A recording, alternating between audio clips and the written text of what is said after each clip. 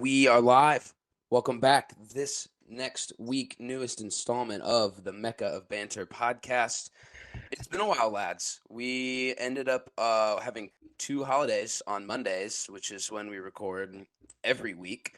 So that has thrown a wrench into the plans, but nonetheless, we have like so much footy to chat here today. So much has happened. The holiday fixture comes in fast and quick, and it's pretty unavoidable. And it did some teams well, other teams not so much. So before we get into it, check in with the lads. Nikki, how we doing down there? Still on the roller coaster that is Chelsea, but back-to-back wins for the first time since October. So happy to be here. New Year. I had a New Year resolution of checking my Twitter a little bit more and starting to get a little bit more active in there. And boy, Dangerous was it game. a bad time. I was about to say, boy, am I not having fun Dangerous there. game. The slippery slope. It's a definitely a crazy world out there in Twitter. So yeah, we'll see. But glad to be here on Twitter. You can follow me at Hafey4. Like I said before, starting to get active, so hit me up on there. I didn't see anything. I've been active this period. I haven't seen any banter back to me. So we'll keep looking for you out there in the Twitter sphere. But Oh, it's Winks, my man, tough holiday What's up, season brother? for the Gooners, but we're glad to have you. Check in. Yeah, what's up, guys? It's Winks. You can find me on Twitter at LCW21. I feel like I should probably make a similar New Year's resolution to be more active on Twitter, but I'm glad I didn't start a couple games ago because it would have been a lot of cuss words that my current employer probably would not have liked to see at any point. Nonetheless, yeah, really shitty last two games from us, and I know we'll talk about it all the way around. But I think that there's opportunity in that, and with it being January, anything can happen. So we'll see. It is a long season, It is, bro. indeed. Dobes, how we doing over there? What's going on, fellas? First off, Happy New Year to all the Mecca listeners out there. Hope everybody Yeah, had yeah. a good holidays. Yeah, it's sort of been a little bit of a roller coaster, kind of like Nikki said with United over the last couple of weeks. But my New Year's resolution in 2024 was to not let Man United control my life. So you're we will screwed. see. We will see how long that happens. First January coming up under the Sir Jim Ratcliffe regime. So we'll see. We'll sort of see what happens. I'm going positive into 2024. It may last a week. We play Wigan soon, so who knows? But yeah, so good to be here. Happy to chat some footy. We got a ton to cover. I was just checking in on our boys Bielefeld. Did they get relegated again? Are they in the third division? They've been relegated, and actually they lost this weekend. They went from 14th to 14th, so Ooh. not too bad. Not too bad. It's basically just a wash of a weekend. I love that he immediately knew it too. Yeah, I pulled it up. I check it. I stay up on the boys. They're I not was going to like, go anytime soon, but I was like, oh look, I'll just check on the Bundesliga 2, table and see where they're at. And they're not on the Bundesliga 2 table, it's so like kind of it's like three. kind of forgot about that. And I actually forget every time I host to check in myself. But this is AB Hoover 2, Andy Hoover, Young Yid on Twitter. And yeah, I guess let's dive right into it. So we're just gonna go club by club. Everyone's almost had three fixtures. Arsenal had two, and Liverpool isn't represented today. So sorry, lads. Nikki, you guys had 6 points out of 9. Not necessarily the strongest competition, but with what's been happening, you've got to be pretty pumped with those results. What are the thoughts? What are the overalls? What do you think? Absolutely. Happy to dive into it. It's definitely an interesting time to be a Chelsea fan because the fixture that we started with that we haven't talked about since the last time we were on was Wolves, Chelsea. And it was probably one of the worst performances I've ever seen from a Chelsea side.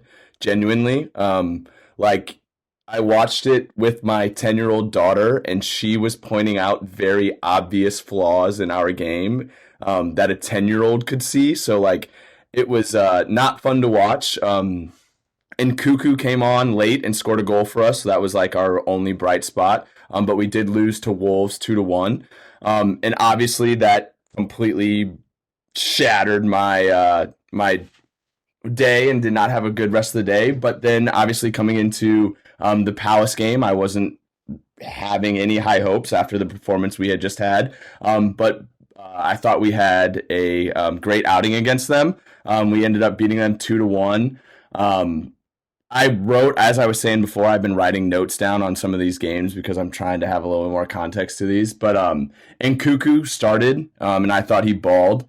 He played really well. He's definitely a lot more direct than Cole is when he plays at the 10. I feel like when he gets the ball, he's immediately attacking the defense and is able to. He tried to slip Jackson and Mudryk multiple times, and Jackson can't hit a broadside of a barn to save his life. I don't know what to think about him. Some people are still trying to talk to me. Like when I talk to some of the Chelsea guys, they're still trying to like think positive towards him. But every time I watch him play or touch the ball, I just don't see it at all. Mudryk getting on the score sheet in this game was huge. I think him finding form and building confidence is going to be critical for our future. One thing I didn't like about the Crystal Palace game was Poach made some awful subs, absolutely awful subs. It was 1-1 at the time, and we needed a goal, and we were not playing that well. And like I've told you guys, we were doing a lot of useless possession, and we subbed on Thiago Silva, and I was like, "What on earth are we doing?" And we subbed him on for a wing back. So then we had nothing going forward from the right side because we had Diassi playing wing back. So like he then subs on another wing back later on to make up for his mistake that he made. Like I think it was the 60th minute, the 70th minute, and it's just like sometimes I don't know what he's doing, and I that did not look good for me. Also, Elise on Crystal Palace is a freaking baller. So I don't fun to know if you watch, guys watched dude. that game at all, but wow, is he a baller? I know Chelsea also like wanted him for a while, and we had a bid in for him, but like, man, did he play well? He also had a goal, so he put in performance. I also do want to say in this game, as I said, Thiago Silva did not start, and we had the youngest team in Premier League history, or not history, sorry, this year, and it's the youngest team since 2017. So, like, without Thiago Silva, our side is very, very young. And speaking of a youngster, I thought Gusto as well, playing right back for us, was phenomenal. Jake Wine, fellow Chelsea boy, obviously he's been on the podcast a couple times. Like before the game, called out him and Mudryk being on the same side was going to be dangerous, and that's exactly what happened and led to the Mudryk's goal. Gusto overlapped him on the left side, and he was able to have a tap-in goal. So I thought Gusto played really well. I will say though, like I said it again, Jackson with his missed chances it's so unbelievable. The stat that they kept throwing out when he would miss a chance was that Chelsea is leading the Premier League in most big chances missed. So that's just another great stat. You can throw And then Sterling in on that too. He absolutely, misses his fair share. it's never fun. But another thing I wanted to point out with the Crystal Palace game was it was another different lineup. Like we have not consistently had the same starting lineup in 2 consecutive games the entire Premier League season, and I think that is absolutely wild. And so every time we do, I'm going to keep bringing it up. But yeah, that's pretty much what I had on the Crystal Palace games. I don't know if you guys wanted to have any comments or if you guys watched it at all, but yeah, I was happy with the 3 points considering the performance we had against Wolves earlier. We've said it before, and like all of those cats that they bought and brought into Chelsea were young, desired talents from somewhere. But when you watch Jackson, like we all give ourselves a little bit of credit knowing the sport and knowing the game, and eye test is something relevant to us. He doesn't pass any eye tests, bro. Like there's not one thing that he's doing that I'm like, oh, he could build on that. Like he looks like he looks like a 12-year-old, like in a giant man's body that doesn't know how to control the ball, doesn't know how to finish, doesn't know how like. There's not. Occasionally, he goes on those runs where he dribbles with the ball, like because he has the long strides where he He has gets going. speed. Yeah, Yeah, He's he quick. can cover a lot of ground quickly, but then he does something stupid. He looks like Bambi when he has the ball at his feet. That's literally my comparison to him every single time. there's nothing redeeming about it, and we like when you guys got him, everyone was like, damn, that might be a hell of a pickup. Like every single one of those guys that you snagged was like, well, that might be a hell of a pickup. One other thing I did want to comment on, another Twitter shout that I saw was, you guys know the Billy Twitter Tottenham guy with the yellow jacket. He posted that picture of Dave Franco with the noose around his neck, and it was said, the caption was Poch making terrible substitutions late in the game to blow it, and it was him with the noose around his neck. It's like first time. Yeah, so there was some of that everyone remembered from Spurs too. That was like, he's not. He's got that in him. He's got that to totally read the game wrong. There's always a possibility for Poch there. Yeah. Did you want to hit Luton? Yeah, absolutely. I was going to say the I next don't game. say in these 3 games. I don't have much to say. Yeah. Luton was Yeah. wild. I will say, hey, we're in 10th now, Dobe, so we're in the top of the table. So like, if we fit into your Top half. times, Watchability. half. Yeah. The only reason for me to watch Chelsea was Pulisic, and he's gone. So that's funny. Yeah, but we had unfortunately a nail biter against Luton, 3-2. The first 70 minutes of the game, I literally, you can, if you guys like read our group message with the Chelsea guys, like we were all so high on the game. We were playing so well. Cole Palmer was in his bag. I thought it was going to be a walk in the park. We were up 3-0, like putting on a performance that we were all really thrilled to see. And then I don't know what really happened. It could have been Poach making some subs. He brings in Nkuku, and we literally don't touch the ball for the last 30 minutes of the game, and we could have very easily lost this game 4-3. They had so many opportunities. I don't know what was going on. Thiago Silva, like after the game, was visibly shaking his head with how awful late we were. It was not fun to watch late, but I will say we did get the 3 points, and we do advance, or we keep moving on from that. But when Nkuku did come on the field, one thing I like wrote down, like this isn't me over exaggerating at all. He did not touch the ball. Like 0 dribbles when coming off onto the field. He had 0 dribbles. He came on in the, let me get the 81st. So like not crazy amounts of time, but the man did not touch the ball. And I just thought that was insane to me. Like you come on, you need to put in an effort to touch the ball, especially when you've been playing well. I'm sliding the rest of the team before I'm sliding Nkuku. The game that I watched from he was played against Palace, bro. He was the best player on the pitch. Yes, I agree. But then he comes in as a sub. We're trying to have someone bail us out a little bit and he just literally does not touch the ball. That's hard. So that's hard on him, I think. Yeah, I'm not. By no means am I down on Nkuku. I'm just saying that was not a great thing to see, him not touching the ball at all. By no means was I singling him out saying it's directly his fault. Do I think he could have put in a little bit of more effort to go and get it? Yes, absolutely I do.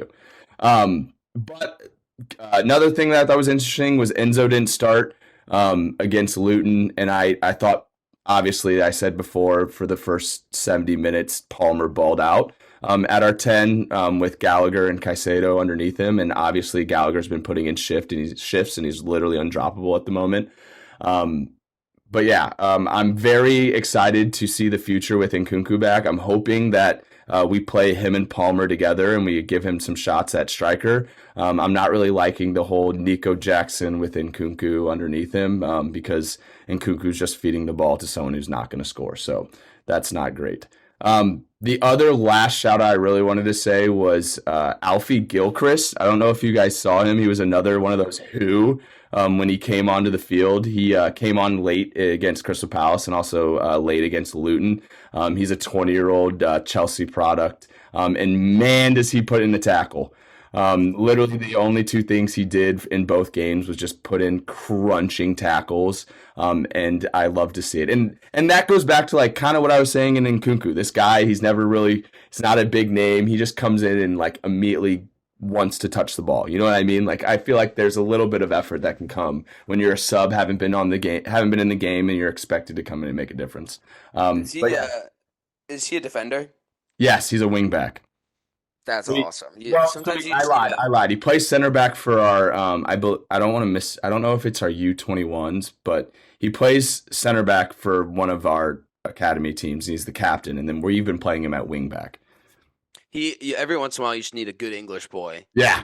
To just get fucking stuck in, Oh my! bro. And I don't know if you guys saw the Crystal Palace tackle. I'll have to send it to you guys. But boy, did he get stuck in! I was like, who the hell is this dude? That's what you But love. yeah, before obviously the only other thing I wanted to say is 3-0 United, and it's our first back-to-back win since October. So not awful times. Brother, that's not a good thing, man. I will say though, every time one of our clubs is in a down spot, the first thing we always say is like, we're only X off of whoever. See, I haven't been able to going say up that all to. year. I haven't been able to say 3 points near anyone, guys. So like, I'm The only happy. two teams to score less goals than us this year is Sheffield and Burnley. You are comparing it, yeah, you are comparing it to nothing. I'm good.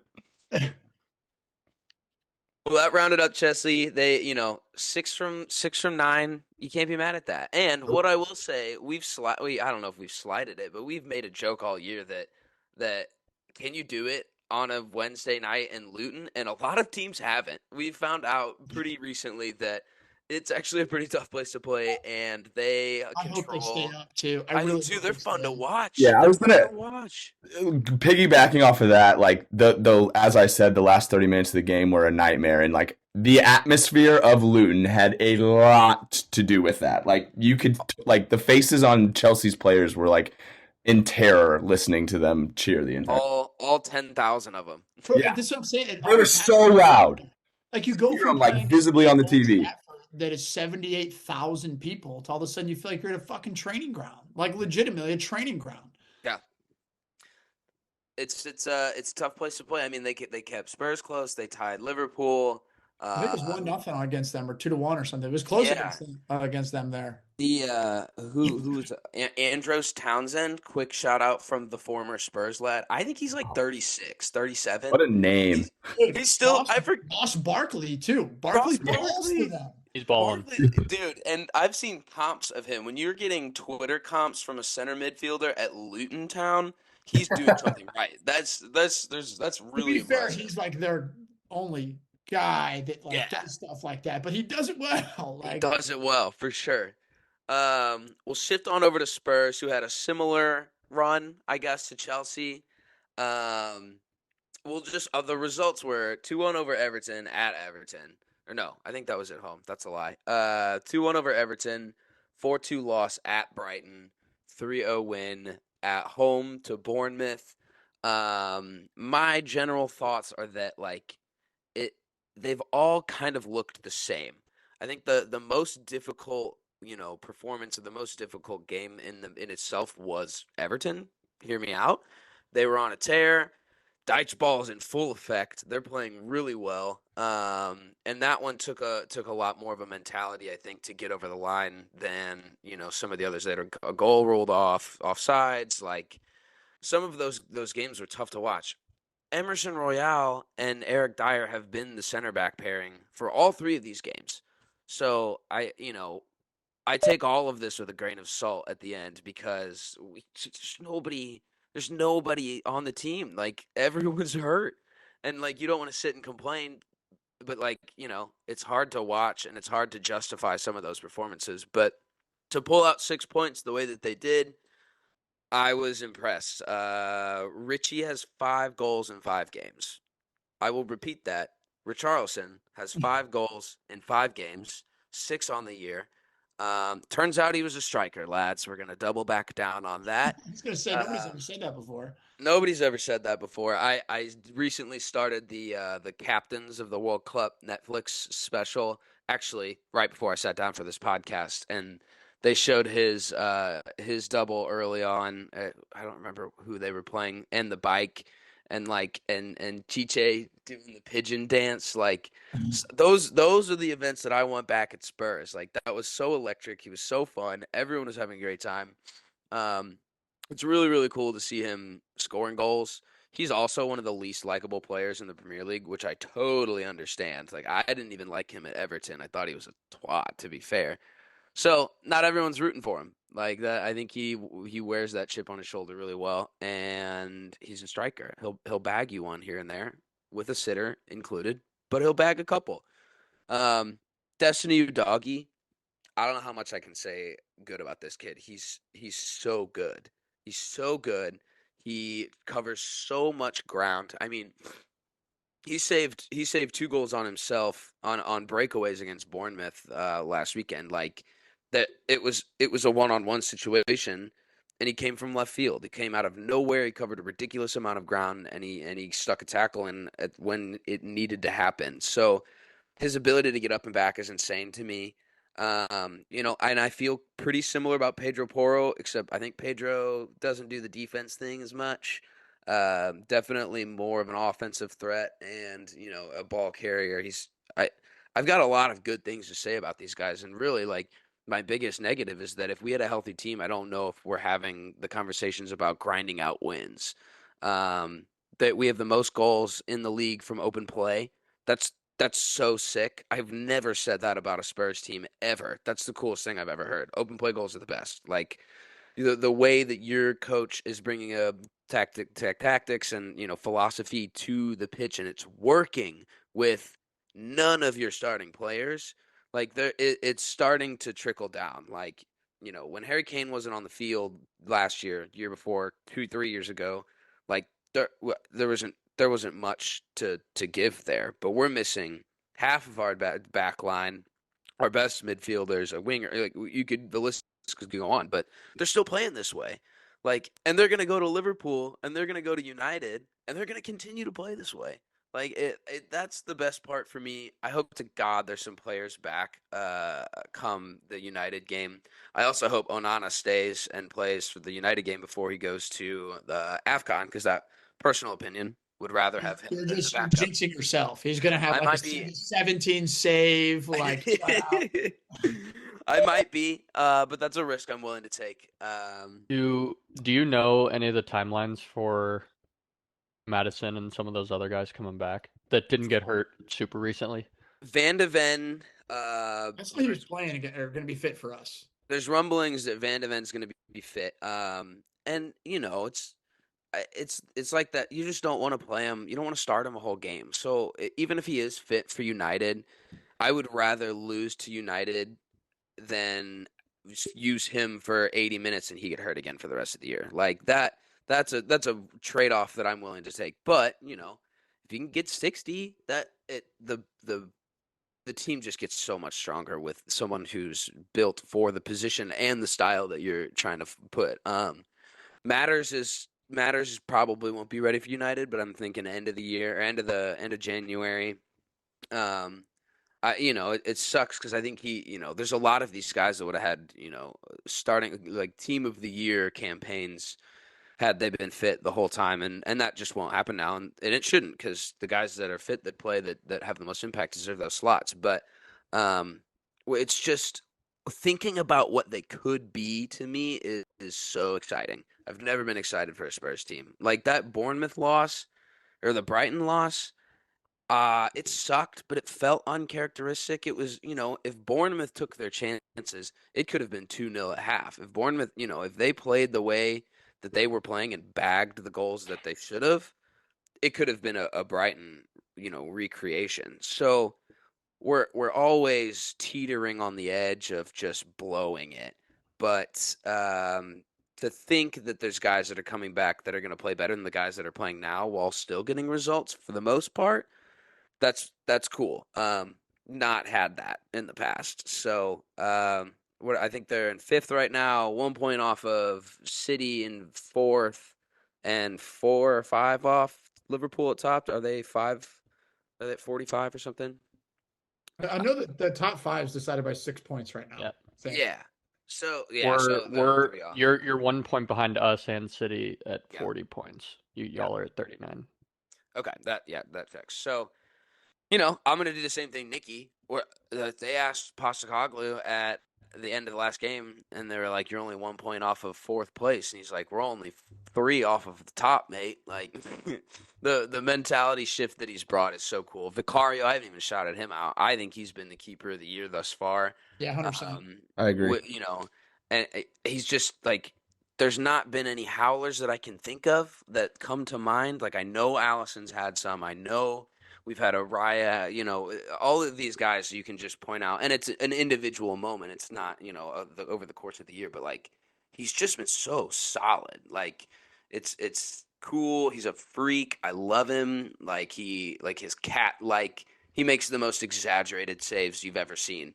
I was Um, worried for you guys trying to replace Lurie, and I think you guys did a really good job. yeah, I don't know how to. I Larice to LA, by the way. Lloris, I yeah, Hugo Lloris came to across LA. that little like announcement video from him, and he's like, "Come on, That was black and gold." yeah, I'm just that like, was weird. Jesus Christ. They've got their very own Berkey now. Yeah. And he was at the tail end of his career, I think. Anyway, I think that's probably a great move. I'm sure he and his wife and family are going to love Los Angeles. Who doesn't? But that was wild too. It was like, and yeah, I've said it from the beginning. Vicario, it it was a Brighton signing. It was just like, hey, statistically, this kid's great. He's not on a great team. We think he matches with this style and personnel really well. And he did. And, he had nothing but respect for Lloris when he left and posted something like, I'll do the best that I can. And like, that'll bring a tear to your eye. Hugo is a legend. At the end of the day, Hugo's a Spurs legend. We don't have a ton of them. He played 11 years, captain for a couple. Um, it's hard to deny the impact of what he had when he was there, and I want to say the things that they accomplished when in reality that was getting to the Champions League final. But nonetheless, like that, it was a huge, yeah, like he was the only keeper I'd ever seen. Like I Yeah. picked up on Spurs in 2011, 2012, and that that's all I really knew. So it was weird, mixed emotions on that one. It sucked that he kind of went out the way he did, but I'm glad that there was a little bit of class at the end with it, and he basically sat himself out and said he wasn't going to play until the right move came, which sucks. But also, Foster was probably going to play over him because you can't Yeah. really have that attitude. So. Before we move Um, on for Spurs, the compliment that I texted Hooven Hennis this weekend, I said the thing about Spurs is, and you guys can think differently, but like to me, they're the most entertaining team in the world to watch. Like I've watched Barcelona, I've watched Real Madrid, I've watched these top team plays. And the reason for me is it's must watch TV with Spurs because when they're good, they're really, really, really fucking good. Like beautiful football, attacking.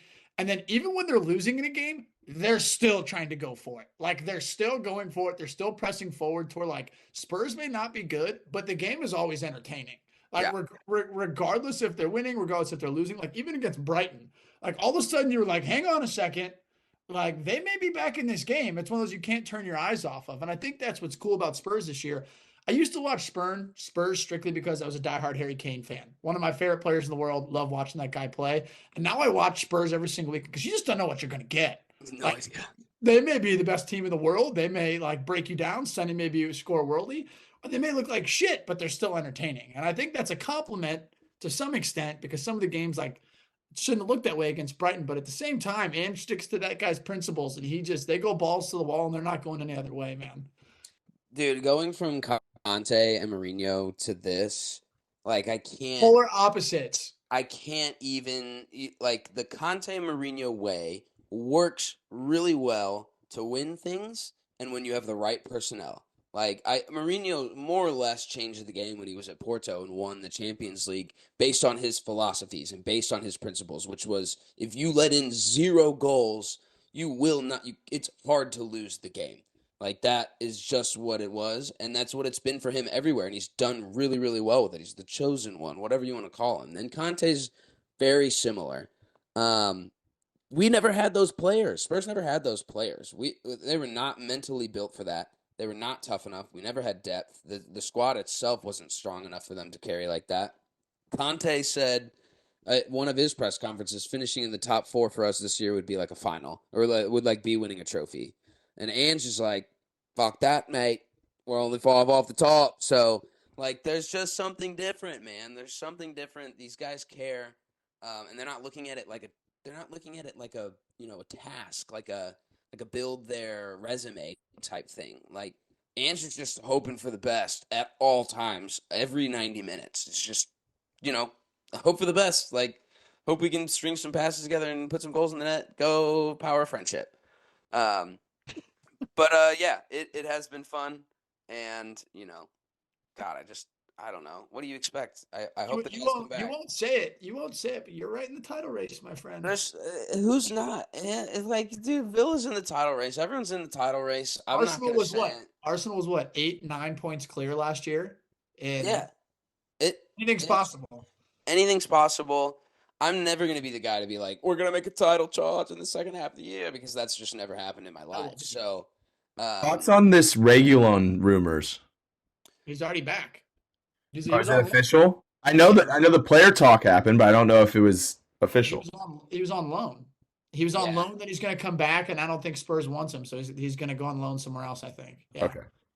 I think that's the situation. And I always thought he was okay, but I also think he plays like an out and out wing back role that United was employing way better than what he would fit in with Ange. Like I don't think he's the ball carrier. I don't think he's, inverted and stuff like that. So some of those guys are just going to lose their places, and if he's one of them, I always had high hopes for him, but also that's how this sport works.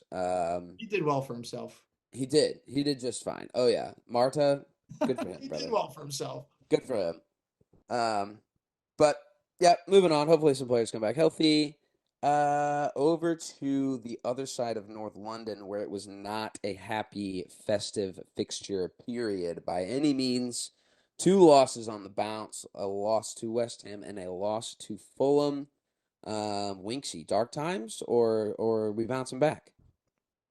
We'll be bouncing back. I think that this is kind of like what happened to us towards the end of last season. And I think it was JP that might have said it, but better for something like this to happen now than at the end of the season again. Because now we have the time and yeah, we have the time before the end of the season as well as like really before our next Premier League game, which is against Crystal Palace on the 20th to kind of reset. But I mean, to start, we lost 2-0 to West Ham at home. Um, they have our number this year, knocking us out of the Mickey Mouse Cup as well.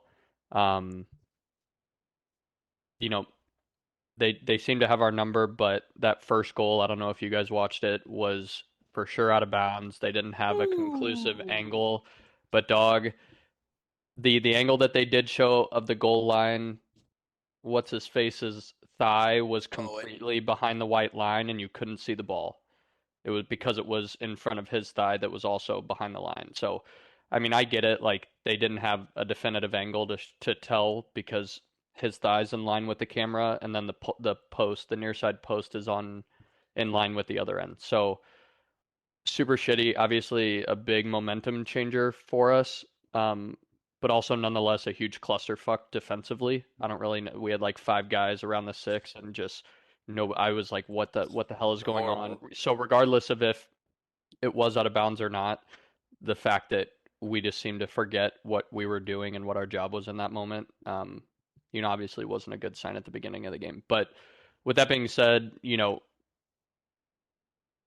it was a huge momentum swing because we controlled so much of the first half as far as chances went. I think that was. I talked to Dobes about it not too long ago whenever I saw you last, but The maybe kick it around. was yeah, they kick around, but we just aren't clinical enough right now, man. Like we possess the ball so well in the final third, but and creating chances, but when it comes to putting it in the back of the net, although we're relatively better at it this year than last year, it's still not good enough. Raya had a good game, saved a pen near the end. Um, Declan Rice fouled the guy in the box, which was ironic playing West Ham. But like rewatching it back a couple times, he was gonna go into the tackle no matter what, and his left foot like he kind of like rolled it and put him off by like half a step, so he got there late, and like I said, was gonna make the tackle either way. Um, but Raya saved it. Good on him. I think that as far as morale goes, that was good for him. I will say watching Kudus dribble the ball at Zinchenko scares the shit out of me. He's Um, gross, man. He's He's so good. he's fast. Yeah. so good. I really only saw it a couple times, but again something I told Dobes was I saw it in the first half. Um, West Ham went on a counter. They didn't score on it, but the ball ended up going out of bounds, I think, or maybe turned into a corner, but they ping the ball out to Kudus on the wing, and he just starts dribbling at Zinchenko, and I see Zinchenko just turn completely around and start running towards our goal line and just checking over his head each way, watching Kudus like cut back one way, one way, one way, and I'm just like, dude, this is unreal, unreal. But Ariel also had a few good saves. We hit a few posts, but again, just not clinical enough. A very winnable game for us, looking purely at like the bigger chances for both clubs. Um, we have a great team, and I'm very convinced that a pure finisher would make us extremely dangerous against any team in the world. The stat that I read earlier when I said Spurs were number one in open play goals. I think we're number one Arsenal, in set, I think right? I think you guys are number one in set piece because you're one tied for last in open play, Yeah. like with some of the lower teams, which I thought was Well, like wild. we also if you it's that's a weird stat to look at when you watch us play because we have to be I haven't looked at it, but we have to be up there in terms of goals from set pieces Yeah, because for of the sure. amount of corners we draw in, taking shots on net or shot attempts and then, getting blocked and going out of bounds or whatever the case might be. You But can call I it agree that's shot a attempts, but I don't know if it's shot attempts. It's like sideways pass, sideways pass, sideways pass. Hope that Saka does something. Ball goes off of him. Corner kick. yeah. I Like mean, yeah, it sucks. Um, but I mean, at the very least, we seem to be taking more advantage of it when we do get a set piece opportunity than some other teams. So, um, yeah, I think that open play deal is something that should for sure be addressed. And then, when we had Fulham away, Job said it at the beginning, um, about our games being carbon copies of each other. I could not disagree more on as far as how it looks on the table. It's the same, 0 points from either game, but we started out well, incredible counter attack at the beginning of the game. Martinelli had a great cross. Saka had an okay finish, but he finished. And I see us score goals like that where we just counter really well, pass it across the six, and tap it in the back post. So I know that we have the ability to do it. It's just like, why the fuck don't we do that all the Happen time? enough. Yeah. Dog, it's so that blows my mind. But from about the 20th minute on, I hated watching almost every minute of that game. Worst game of the season so far for me, narrowly beating out our game against Chelsea earlier this season. Um, and an even tougher game for me to swallow personally after losing earlier in the week in a game that we should have won. Um, but earlier in the week we, used our possession to create a lot more chances, and we just did not do that here. It was like Dove said, a lot more sideways passes, and just nobody wanted to be a threat. It seemed like that game. Um, while Nick said it was the first time they've won back-to-back games in, however many years, it was our second time in the last two. It was our second time. He's not even paying attention. It was our second time in the Paying last two attention. Is the seasons. stat outrageous? I didn't even comment on it. It was our second time in the last two seasons that we lost two games in a row. So that's not a good stat. Um, I don't have much else to say about that game in particular, but in this league, we've all seen it, especially with how close the race is at the moment. You're supposed to win the games you're supposed to win. And by no means has Arteta lost the dressing room, in my opinion, but there needs to be some sort of refocus uh, for the rest of the season. And, that's going to start with Liverpool on Sunday, I think, in the next round of the FA Cup. We have them at home, which is good news. And in other good news, Urian Timber's supposed to be back training by himself early this month and then should be good to go for our Champions League game against Porto, which I'm, obviously super excited to have him back. I feel like letting Raul Jimenez score on you in the 2023, the year of our Lord, should be punishable by points deduction. That guy's still scoring goals. It's insane. And when he does it, it's like, oh my God, he actually scored that? Like, ridiculous. Winks, I'm curious your thoughts on like this January transfer window because to me the obvious is like you need depth like wingers. So much people say, obviously, you guys need a 9. Like, obviously, a 9 is important. But then again, when I watch Arsenal, I'm not like watching Nketiah and Gabriel Jesus be They garbage. don't have the ball nearly as much as our wingers do. That's what I mean. But I'm not watching them in the 6-yard box put a ball 10 yards over like Jesus or uh, Jackson. like Jackson, like Nunez. Like I'm not seeing him get those exact same chances. Like I think you need wingers to like Saka can't play 3 times a week. You need somebody to play on the right, whether that's Jesus, whether it's Nketiah, whoever it is. Like Martinelli hasn't been the same Martinelli, not to say he's not effective. And then you bring Trossard in, but Trossard's playing through the middle. It's like I'm curious, like what's your target going into this January? Because I think your back four with a Timber healthy is kind of set. Like Yeah, your back four I is think very we're solid. fine. So I'm curious what you're like, because you need something for this like title push, so to speak. But Yeah. I'm curious what you think it should be. Yeah, as far as what it should be, I don't know if I fully know. I think that a backup for it's weird because we've played Kai on the wings and in the midfield, and same with Trossard. There's not like a clear backup winger. Trossard and Havertz just kind of like go if one of them isn't starting, they just kind of get put where we need them. Um, but I agree. I think that like getting an out and out winger to either start start a third of the games and give our starters some rest, or be able to come off the bench and like play a role that they naturally play, not like forcing Gabby Jesus onto the wing or Nketiah or Trossard does well out there, but um, as far as January goes, we were supposed to get Ivan Toney, as you guys probably know, but I don't think that's happening this January anymore. Um, in like reading reports, and again, Fabrizio hasn't tweeted it, so I don't fully know what's true and what's not. But our top players as far as targets go, the only thing I've really seen that's worthy of talking about was Victor Boniface from Leverkusen, which would be sick. I think he's had like 17 points I in would hate for him to 16 leave there games. though. I know they're Leverkusen Leverkusen to so do it, flying yeah. right now, but um, that guy does it all. So he would be great to have. Crystal Palace wanting Ketia, so if we can get a decent price for him from them Take and Elise, put it man. towards him, huh? Take Elise. Yeah, I don't know. Little swap. Everyone wants that cat. What about Curtis Jones? That's a That was a rumor. Arteta's got a thing for midfielders, if you ask me.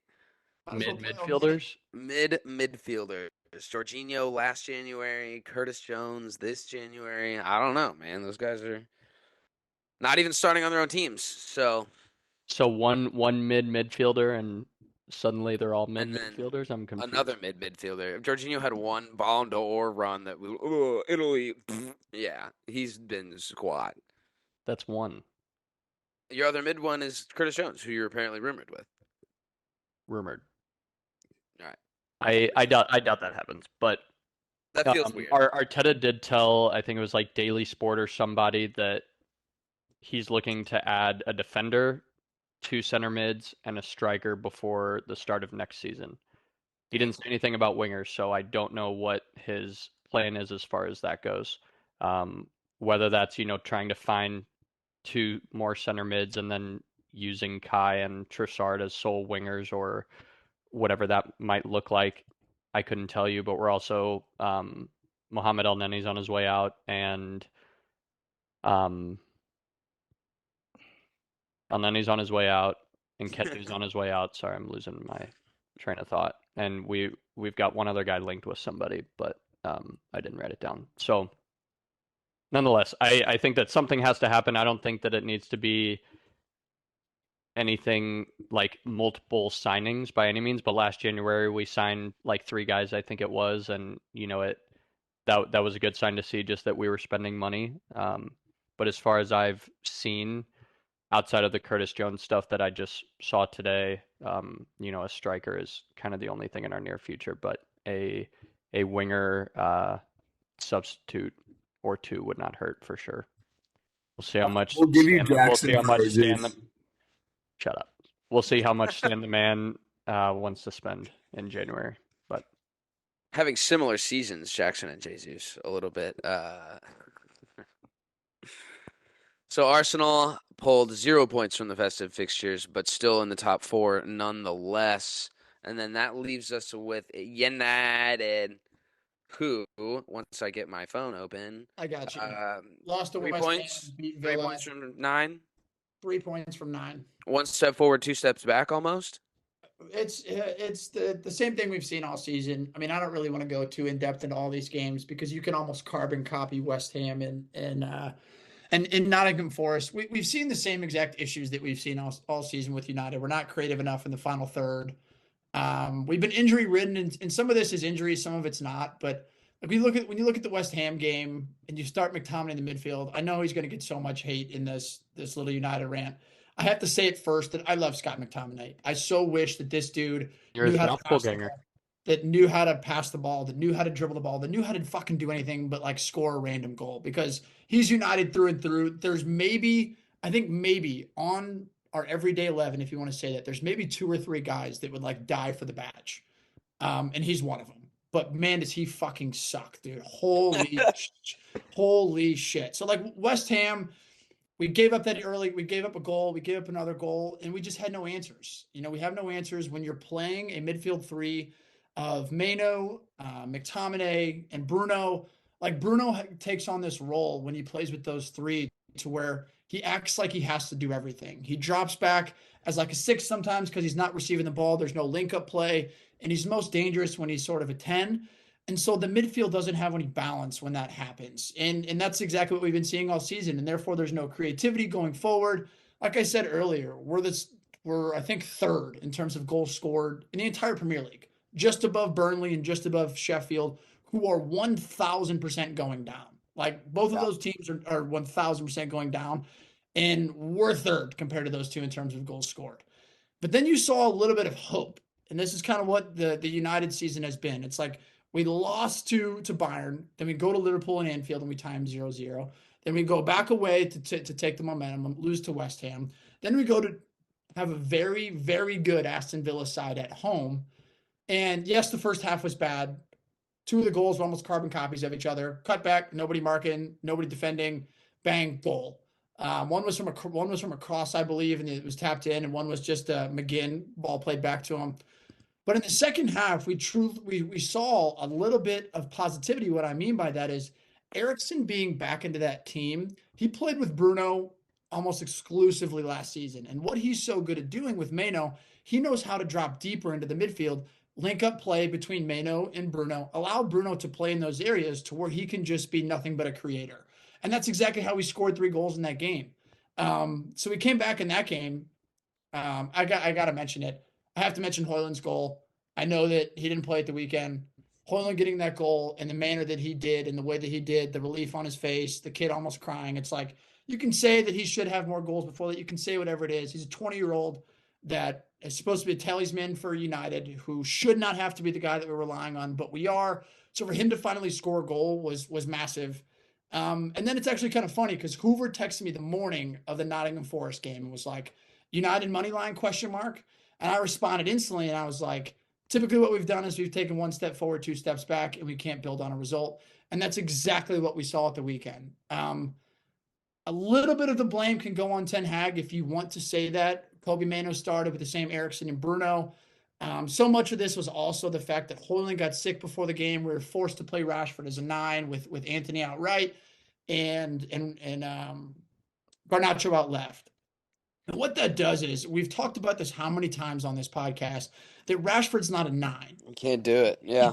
He can't do it. Which is And we just wild. came off a You positive. can't do it on the wing though, it seems either. So where do you put him? We came off on the chill. We came off on the positives of Garnacho, Rashford, and Højlund. Garnacho on the right side was dynamic against Villa. Højlund through the middle does so much pressing. He does all the dirty work. He's so important to how we can press and play a high line. And then Rashford off the left works so great. I was thrilled for this Nottingham Forest game because I thought that's the front three that we're going to see. Then Højlund gets hurt. We don't have a backup 9. Martial's been sick, whatever the fuck he is, for 3 weeks now. Nobody has a clue. And, you know, Forest 100% deserved to win that game. Like, I'm not even going to sit here and say they didn't. But we made a sub at halftime. Kobe Manu came off. I know a lot of people are disagreeing with it. But Kobe Manu in the first half of that game wasn't the Kobe Manu that we'd seen. He's an 18-year-old he's a little bit tired, but what he's so good at is he's so good at cutting off those angles in our own box, making those defensive blocks. And if you look at both goals in that game, McTominay loses his man twice. On the second one, he's literally marking Diego Dalot. He's 1 foot away from Diego Dalot. Ball's played back. Brilliant finish by Morgan Gibbs-White, who's a wank, by the way, but he's sick. Slides the ball into the side of the net. Game goes 2-1. We can't back into the game. So it's a lot of the same for United. But I think, I'm choosing to be positive. Not only that, because all last summer, all the season predictions that we made, everything we have said was built up to this club needs a reset. We need to be sold. We need a new owner in. And starting this January, we have that. Thus far, we have, Blanc is going to be our CEO. If you guys know anything about him, he's ran the Olympics. He's ran the Tour de France. He's a proper sporting director. Then I'm sure if you guys watch United, you've seen the bald guy sitting next to Sir Alex or Dave Brailsford. What's going on right now at United is they're doing a 4-month review of everything top to bottom, from the coach to the staff to the trainers to everything. There's a full review. Then there's rumors that we're going to bring in a Paul Mitchell, who's going to come in to be our sporting director or head of recruitment. And subsequently, we were looking at Dan Ashworth to either be the head of recruitment or sporting director, with Paul Mitchell. So there's a lot of positives going on in terms of what we need to see. Like, it's no secret that at United, go back to how many times have we said it? They need open heart surgery. Paul Mitchell. Isn't that the lad that does the hair product for Garnacho's hair? Same guy? Cuts it too, actually.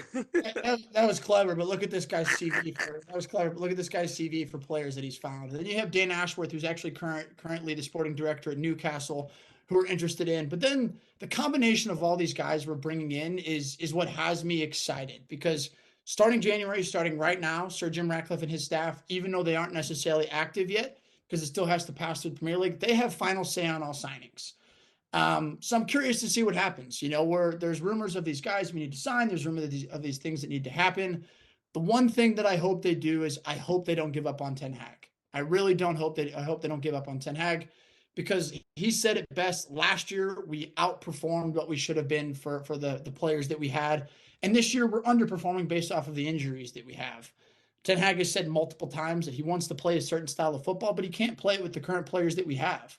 Last year, he didn't get a Frankie de Jong. He didn't get a Todibo, who now we're trying to sign. He didn't get all the players that he necessarily wanted. So my positive going into this year is the fact that we're playing once a week.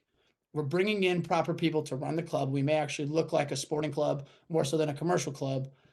But we'll see what happens. I don't necessarily know what to predict, because every time I've gotten positive about this club, they've brought me right back in the shitter. But there's a lot of positives going forward, so we'll see what happens.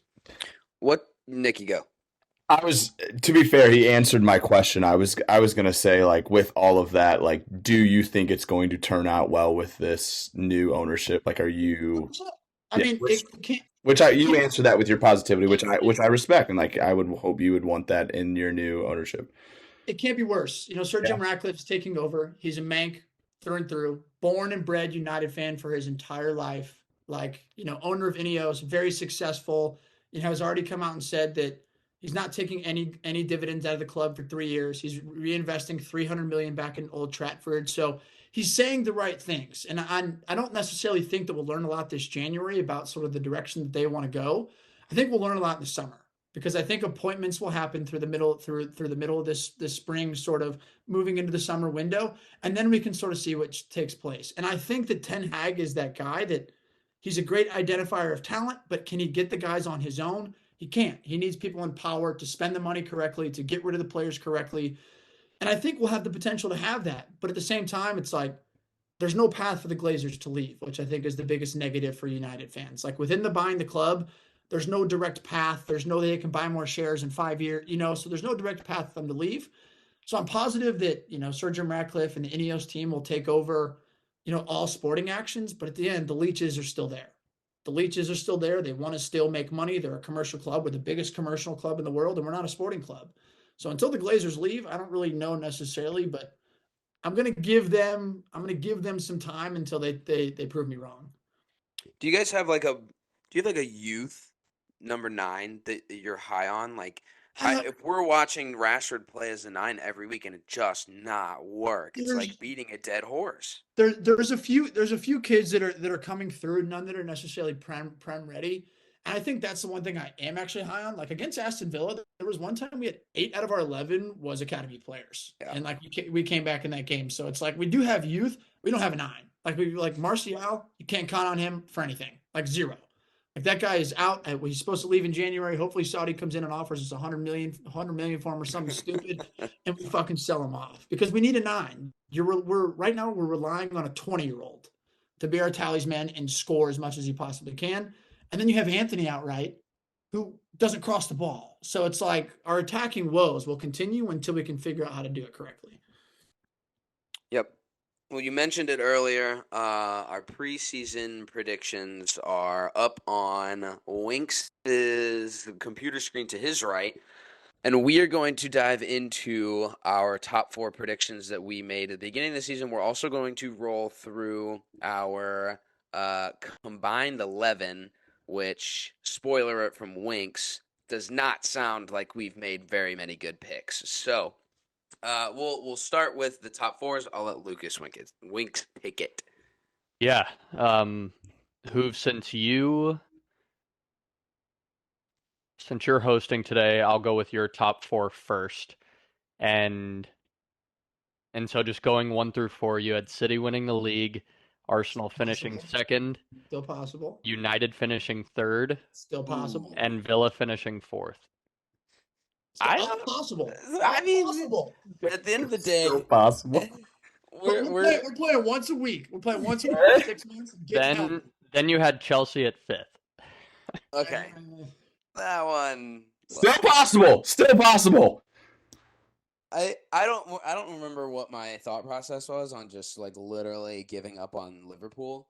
But I know that I think we like saw them sign McAllister, and for whatever reason we just thought that like Mo Salah would start to downtrend maybe, and didn't expect. I don't think they had Oh, signed.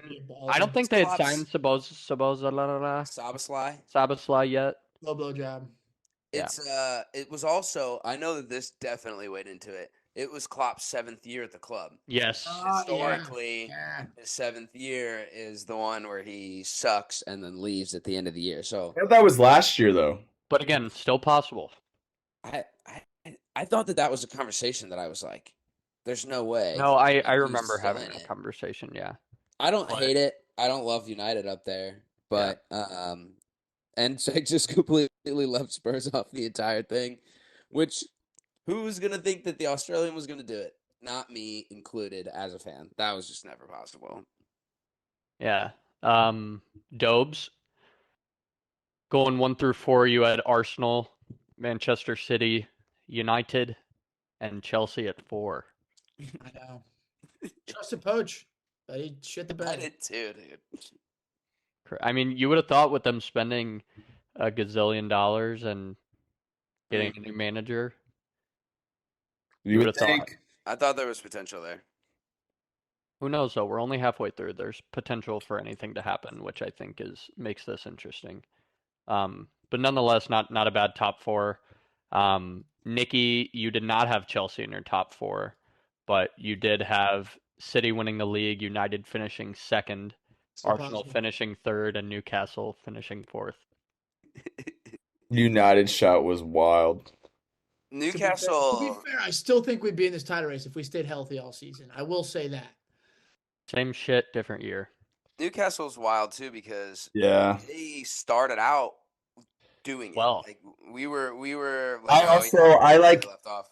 I should have realized them being in multiple competitions this year was going to drastically affect them, and I didn't take that into account. I also I want to say, I got a lot of stick for not having Chelsea in my top 4 from Chelsea, like some of my Chelsea friends, and I was like, I would beg for that right now.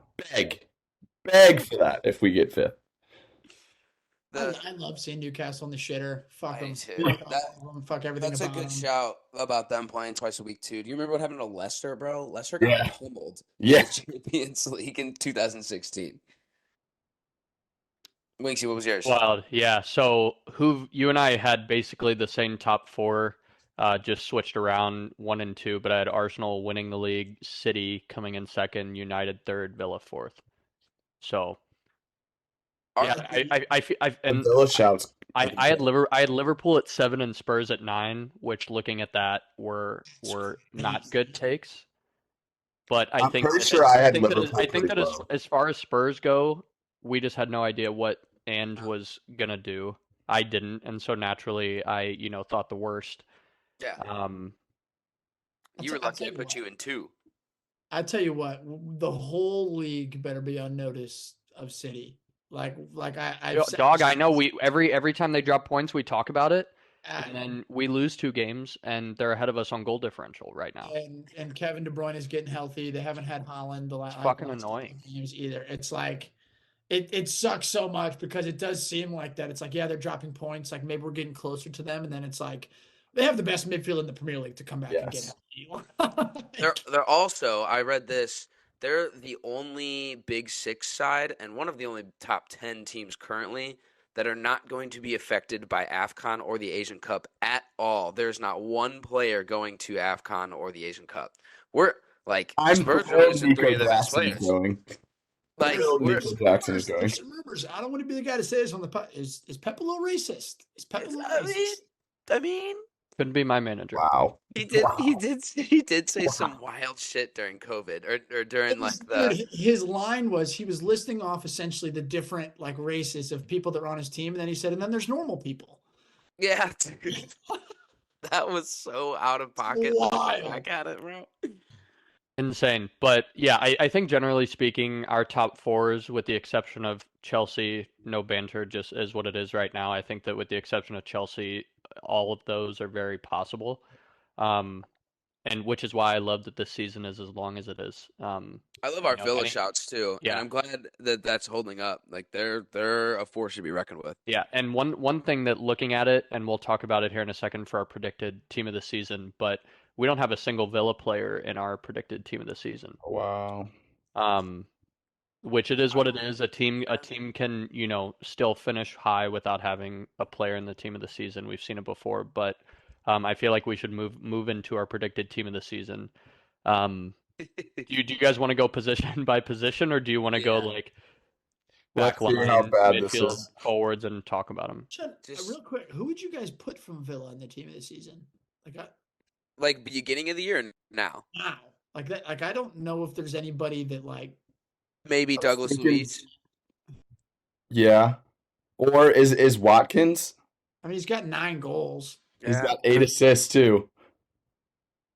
I mean, there's also The shitty part is you have Erling Haaland. Yeah. Okay, go ahead, Wink. All right.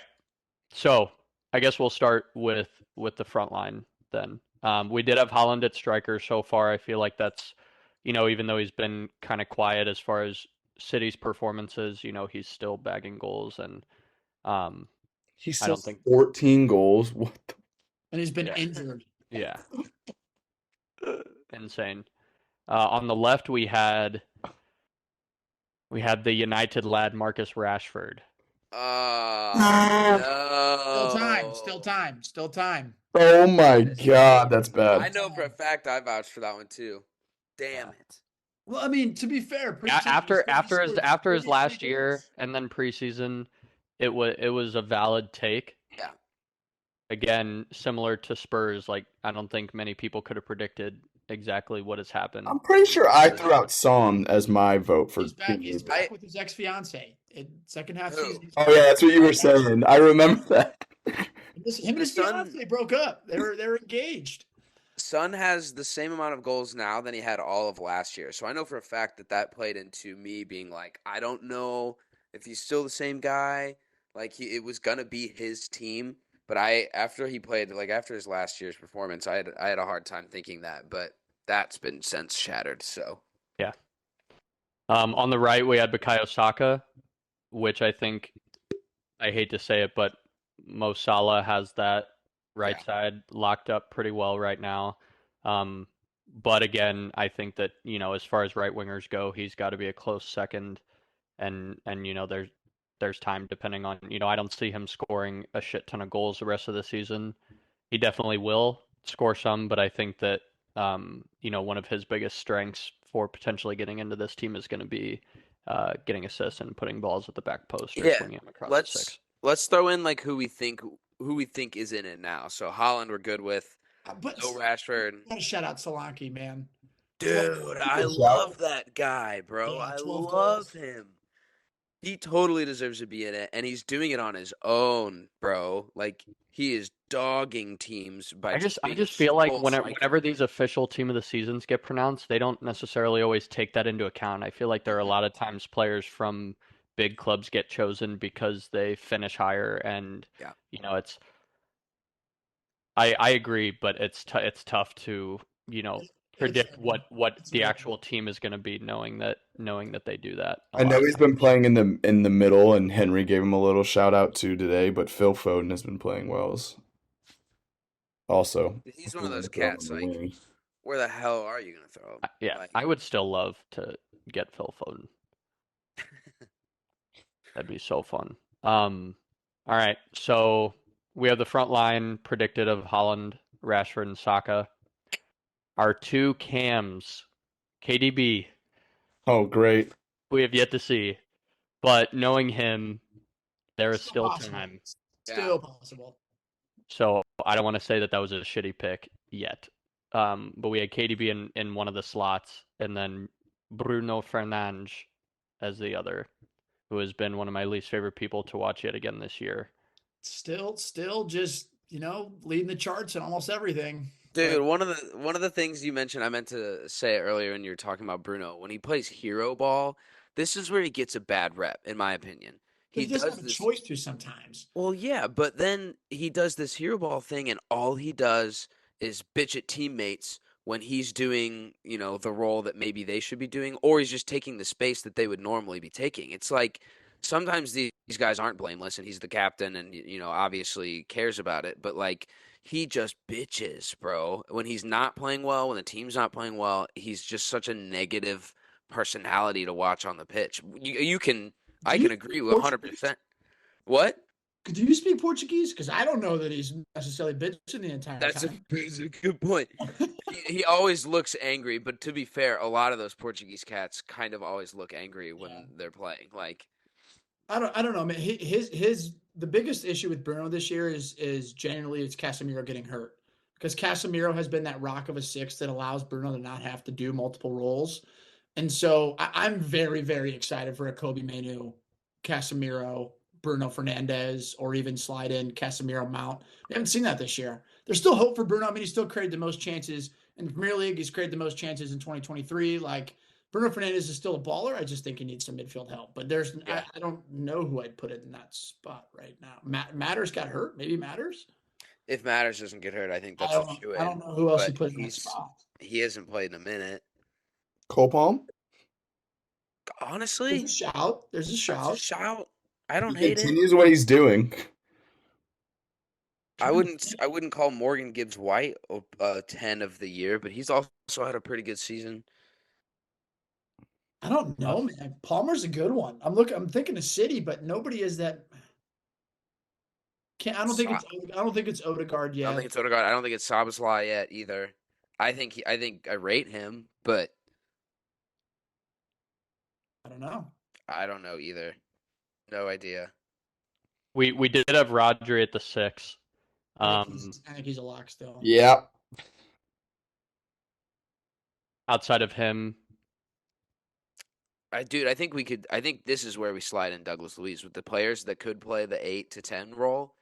We drop one guy back. We let Bruno stay in, and Douglas Luiz underneath him like that with rotating with Rodri. That's where I feel he could get a shout here because it's actually been an appreciated position so far. Yeah. what does Rodri have as far as stats go this year? I think he's leading the Prem. I mean, it doesn't mean anything. I think he's leading the Prem in terms of like overall He FOTMOP has rating. He passes. is. He's leading the league Yeah, in I think passes. he's like almost an 8.0, like consistent It FOTMOP is rating, something like. 7.96, Yeah, which yeah. not everything relies on FOTMOB, but also that's Right. extremely telling. I also think that I forget, and I'm going to butcher the stat, but there's some stat about Man City when Rodgers in the team versus when he's not in the team, and I'm pretty sure the only Oh, time they get lost is like when he's not been in the team. He's got 102 accurate passes per 90 minutes. Next closest is, guess it, Dunk. Lewis Dunk, 96.6. And Did you see another name on there that I thought was wild? It's a Chelsea guy. Diassi's in there, which is wild to me. Really? Yeah. I don't know. It's between Declan Rice and Rodri. Like I almost think you Yeah, find for sure. midfield. I almost think if you actually do the team this season, I almost think you put like Rodri as the 6. Rice. Declan is in. Yeah, Declan is Yeah, the. Rice and Rodri. I don't hate that. It's tough because a lot of these guys, right, like with that 6 spot, you take so much more into account defensive stats versus offensive stats, and so it's like you guys have watched Arsenal games and seen how Declan play, like he plays more as an 8 being box to box, but just like defensively, the amount of balls he intercepts and the amount of like plays he breaks up. Obviously, it's tough to compare when he's got Rodri Dude, playing the He's same not- position. he's fucking immense, bro. But And you in won't any catch in me any dead world saying that. in any world where a club could have both of those guys in their midfield, I it will. would be I will say dangerous. he might be the king of the sideways backwards pass. Like sometimes it's needed, but sometimes it's like, dude, just fucking More than Anthony? No, Anthony's just Cucurella? doesn't complete passes. Period. Oh. Declan Rice loves himself a backwards 5-yard pass. Backwards, open up for some space, give you another option, or at least look like you are. Yeah. I know the fine. All right, and then onto the back line. So far, I think that as far as guys that we like in that position, Holland is the only one. We've made arguments with injuries and with, other guys performing better up until now. Holland is the only one of the front 6, or sorry, and Rodri. So 2 City boys. Saka could. Saka's got a shot. Yeah, I know. I agree, and I obviously selfishly want him there, but I just think that Halfway Mo through, Salah's having a I better would give it to season Mo. so far. Yeah. So 2 for 6 in our opinion so far. The back line we have Estupinian at left back, which I still like. Yeah, he got hurt though. He got hurt. I know. Yeah. Yeah, he's a baller. But I mean, we saw him score a worldie the other Oh my day. God, it was I a think it was his banger. first game back. Yeah, it was his first 15 minutes on the field back, bro. Unreal. I was like, I wasn't even mad. I was like, of course it is. My favorite Brighton player from left back coming back from injury scores a screamer. I was like, Ooh, I think stood up and- you were the main advocate for him. I stood up and clapped on my couch, bro. I was like, all right, if this is how we lose, so be it. But I mean, outside of him, do we give Anthony Robinson a shout? Easily. That's it. That's 100%. I'm throwing Destiny's hat in that ring wholeheartedly. But I'm cool with Anthony. He's been so fucking good, dude. He's been good. Where's isn't he linked? Isn't he linked somewhere? Liverpool. Yeah. Oh, that would make me sick. Yeah, I would I throw was up asking. I don't think everywhere. has Liverpool ever had an American? Couldn't tell you. I don't think so. I feel like we'd know. It'd be the first American for Liverpool. That'd be kind of cool. That's wild. Yeah. Yeah, I mean, I think that Destiny's a good shout too so far this season. I'm cool with Anthony, but Destiny's got to be Yeah. top I 3. mean, I think that if Estupinian doesn't get hurt, I think he's the front runner though right now, with what we've seen from him when he has played. Wouldn't argue. Okay, and then our center backs, we have John Stones and Ruben Diaz. I don't know if either. Stones is hurt. I mean, Diaz has been good, but City haven't been the same City. Yeah, they're not putting out shutouts like they used to. I honestly think it might have to be like current. It's like Saliba and Van Dijk. I agree. Saliba, Van Dijk, Pau Torres has done well once he started to figure it out. I know we predicted a few of you predicted him. I think it might have been Hoove as like the signing of the season, or maybe you picked Matters. But I loved Pau I think Torres. a few of us did, and then I remember on an early season pod episode we had talked about how that might have not been a good take, but I think in recent form. Mickey before he got hurt would have been. If Mickey doesn't get hurt, there's a conversation there too. Yeah. But I think the guys that have been healthy and the guys that have played the best, Lewis Dunk's been good. I'm cool. Yeah, Van Dijk and Saliba, I guess. Yeah. Okay. So 0 for 3 on the back line, and then we have fucking Kieran Trippier at right back, who is just got hurt. He got hurt. doesn't matter, dude. He got Guy's hurt been after atrocious. after his 4-game skid of literally handing over Atrocious. 4 Howler after goals. howler. Single-handedly kept us still in Yeah, the. yeah, you have to think that so much of Newcastle's downfall lately, downward trend has been because of, shit moments that cost them 3 points because of him. Yeah. And it's weird because after last season, like this was one of the few positions for me that there was going to be no argument at this position. Yeah. Captaining Newcastle, they signed guys, oil money. You didn't, none of us predicted them to kind of fall like they have, and so yeah, for me, he's not even. He's still tied with Pedro Neto in 3rd most assists in the league too. Like He's so bad defensively, but he's Trent. No, I'm saying Trent has been Oh. so fucking good this year. Yeah. I don't know who I put there. I was trying to think. Like, it's hard to say that Kyle Walker doesn't deserve to be there because, like, he's been a baller. thing. He's just kind of not. It's been good. Like, Pedro Porro's been good. I think Kyle Delo Walker even just gets a hasn't little bit of changed. a shout. I was I gonna say. do. I really like Delo. I think he's the right back, left back. I don't know. I generally don't know who to put there because I'm not putting Trent. No, he doesn't play defense. Fuck that guy. I don't know either. Pedro I Porro's mean, been good. Gusto's Pedro been Porro's good, but good. I think Kyle Walker's just a safe bet there. I agree with you on that. And he's like you always know what you're gonna get. Like he's been so consistent for so long. Hard to argue it. New city captain as well. Deserved fucking wank. Okay, and then we had Nana, Oh And, no. which was No. awful. Yes, he That's does. the worst Yeah, call. does he still lead the Prem in shutouts? he I think does. Him and Allison and Pickford are tied with 6. Which is just so weird considering how awful he's been. To be fair, it's more Champions League howlers than it is Prem howlers. So if we're talking Prem, Howlers are howlers. it hasn't been as bad. But yeah, I still believe in the guy. Definitely not goalie of the season. I still believe that he's gonna come good, but he's been I think that as far as keepers go, though, Allison's still in the conversation. Vicario's Yeah. definitely there, and for me, I mean Martinez has been doing, even though he's kind of a prick. He's got a howler built in him too, for sure. Most of them do at some point. I haven't seen one from my boy Vic yet, but I will knock on wood for that because they all do. Us. We'll see. But yeah, so boys, we might not know footy like we thought we did with this lineup at the beginning of the year. Jesus. It's also very hard to do, and it was a way too early prediction. Yeah, and I think that was might have even been like the title of the episode was like way too early. I think it for was, early yeah. predictions. So with that being said, we didn't have a lot of we just had last season to go off of without knowing who was going to get hurt and when, and how certain managers were going to transform clubs, so to speak. Who's the most surprising guy on our 11?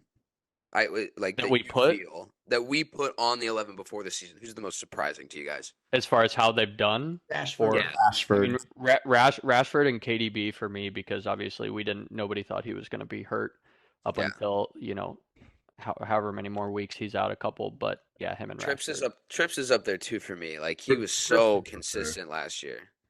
But also, I said this to Flan on the Mecca group chat. Like these howlers he's had recently, I've seen them before, lads. I've watched it. I saw it firsthand and was a part of it and called for him to leave to go to Atletico Madrid. So this is just all coming back to me now, and turns out he's got them in him. There's a few players in the Prem that we need to start having some conversations on, but not today. Martinelli. You're always thinking about us, man. It's crazy. No, Rent just free. Martinelli. Rent free. But that wraps us up for this week. Thanks for tuning in to this week's installment, Mecca of Banter. Always a good one. Happy to be back after the last few weeks. And follow us on the socials. We're going to get more active. We've all got New Year's resolutions. We're going to make some TikToks. Hen said he's going to get one a week. Who knows? I'll maybe try and keep up with that. Maybe we try and bring back the Mecca bet of the week too. we kind of The bye of stopped the doing weeks were that. good.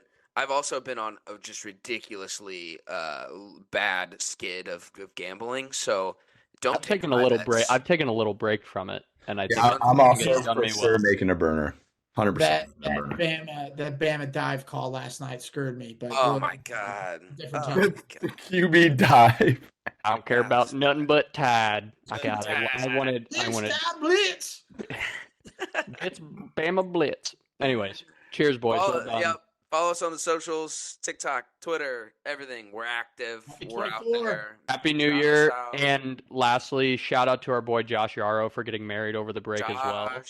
Josh, Hope congrats to you had a him. great time in Santa Barbara. No idea where you're going on your honeymoon, but we're stoked to see you back on the pitch this season too. Off the market, both on the field and in life. Both on the Ooh. field He's and in winning. life. He is That's winning. my dog. All right, All right. Cheers, boys. checking out. Cheers,